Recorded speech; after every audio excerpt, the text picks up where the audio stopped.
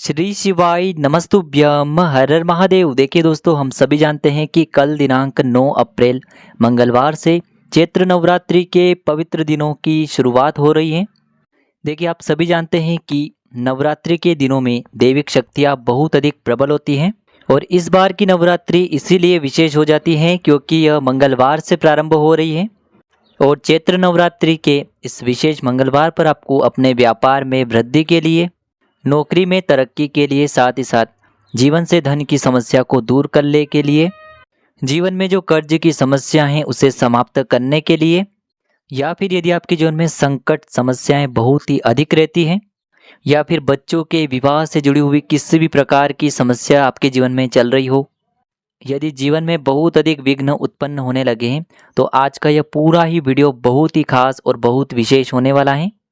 देखिए, इस बार मंगलवार से चैत्र नवरात्रि प्रारंभ हो रही है और इस दिन यदि आप एक टुकड़े गुड़ से और लौंग का यह चमत्कारिक उपाय करते हैं तो आपके जीवन की जो भी समस्याएं हैं वह सभी समाप्त हो जाती हैं।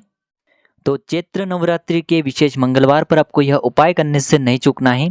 गुरुजी ने स्पष्ट रूप से कहा है कि इस उपाय को करने के बाद आपको कुछ ही दिनों में उसका परिणाम देखने को मिलेगा। देखिए दोस्तों, पूज्य गुरुदेव की ही कथा को सुन करके और समझ करके ही आपको इस उपाय को बहुत ही विस्तार से समझाने का प्रयास करेंगे। लेकिन उससे पहले वीडियो को लाइक करें, चैनल को सब्सक्राइब करें और कमेंट में श्री शिवाय नमस्तुभ्यम या फिर ओम नमः शिवाय जरूर लिखें। देखिए दोस्तों, आज के इस पूरे ही वीडियो में हम आपको 4 महा उपाय बताने वाले हैं और आज की जो ये चारों ही उपाय आपके जीवन से सारे संकट और बाधाओं को दूर करने वाले हैं। तो चलिए दोस्तों, जान लेते हैं गुरुजी द्वारा बताए गए पहले उपाय के बारे में। देखिए, यदि आपके ऊपर कर्ज बहुत ही अधिक है, संकट बहुत ही अधिक है, आपके ऊपर विपदा बहुत ही ज़्यादा आती है, बार बार आपको किसी न किसी प्रकार के कार्य में हानि मिलती है, यानी कि चाहे धन में हानि हो रही हो या फिर शरीर में किसी भी प्रकार की हानि हो रही हो, चाहे आपके व्यापार में किसी भी प्रकार की हानि हो रही हो, यानी कि यदि किसी भी कार्य में आपको लाभ न होते हुए हानि हो रही है तो फिर आपको यह उपाय करना है। देखिए, इस उपाय को करने के लिए सबसे पहले तो आपको 2 फूल वाली लौंग लेनी है, यानी कि एक लौंग का आपको जोड़ा लेना है। देखिए, आप जो लौंग लेंगे वह कहीं से भी खंडित नहीं होनी चाहिए, इस बात का ध्यान रखना है।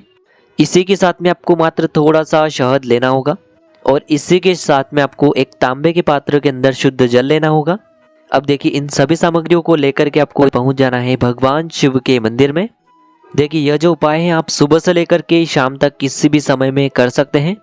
देखिए, सबसे पहले तो आपके पास जो लौंग का एक जोड़ा है इसे आपको शहद के अंदर डालना है, यानी कि आपको दोनों ही लौंग पर अच्छे से शहद का लेपन कर देना है। अब लौंग पर इस प्रकार से शहद का लेपन करने के बाद आपके पास जो 1 लोटा शुद्ध जल है इसे आपको धीरे धीरे शिवलिंग पर अर्पित कर देना होगा, श्री शिवाय नमस्तुभ्यम इस मंत्र का जाप करते हुए। अब आपके पास जो 2 लौंग हैं इन्हें आपको भगवान शिव के शिवलिंग पर अर्पित कर देनी है और आपको महादेव से प्रार्थना करनी है कि जीवन की जो भी संकट हैं, समस्याएं हैं, वह सभी आपकी कृपा से दूर हो, या फिर जीवन में जो भी कर्ज की समस्या चल रही हैं वह सभी समाप्त हो। इस प्रकार से कामना करते हुए ये जो 2 लोगों के जोड़े हैं इन्हें आपको भगवान शिव के शिवलिंग पर ही अर्पित कर देने हैं। आपकी जो भी समस्या होगी मुझ पर निश्चित ही समाप्त होगी। तो इस प्रकार से आपको यह उपाय कर लेना है। अब हम जानते हैं दूसरे उपाय के बारे में। देखिए, इस उपाय को करने के लिए आपको मात्र 2 गुड़ के टुकड़े लेने होंगे। देखिए, मंगलवार जो है इसीलिए आपको लाल चीज़ों का प्रयोग अवश्य ही करना है। लाल चीज़ों का प्रयोग करने से आपके जीवन में शुभ प्रभाव पड़ता है। तो इस प्रकार से यदि आपके पास गुड़ के टुकड़े हैं तो आप गुड़ के टुकड़े ले सकते हैं या फिर इसके स्थान पर आप लाल चंदन भी ले सकते हैं। दोनों सामग्रियों में से केवल आपको एक ही सामग्री लेनी है। अब इसी के साथ में आपको मात्र एक तांबे के पात्र के अंदर शुद्ध जल लेना होगा और इसी के साथ में आपको एक फूल वाली लौंग लेनी होगी। अब इन तीनों ही सामग्रियों को लेकर के आपको पहुंचना है भगवान शिव के मंदिर में।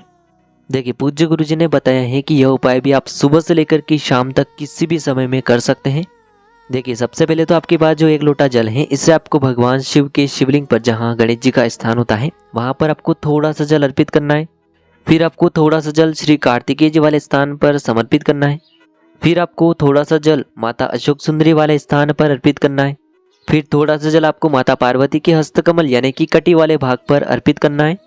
अब अंत में आपको इस पात्र के अंदर थोड़ा सा जल और बचा लेना है। अब देखिए, इस पात्र के अंदर आपको या तो आप लाल चंदन लेकर के आए हैं तो इसे आपको डाल देना है, या फिर आप गुड़ के टुकड़े लेकर के आए हैं तो इन्हें आपको उस पात्र के अंदर डाल देने हैं।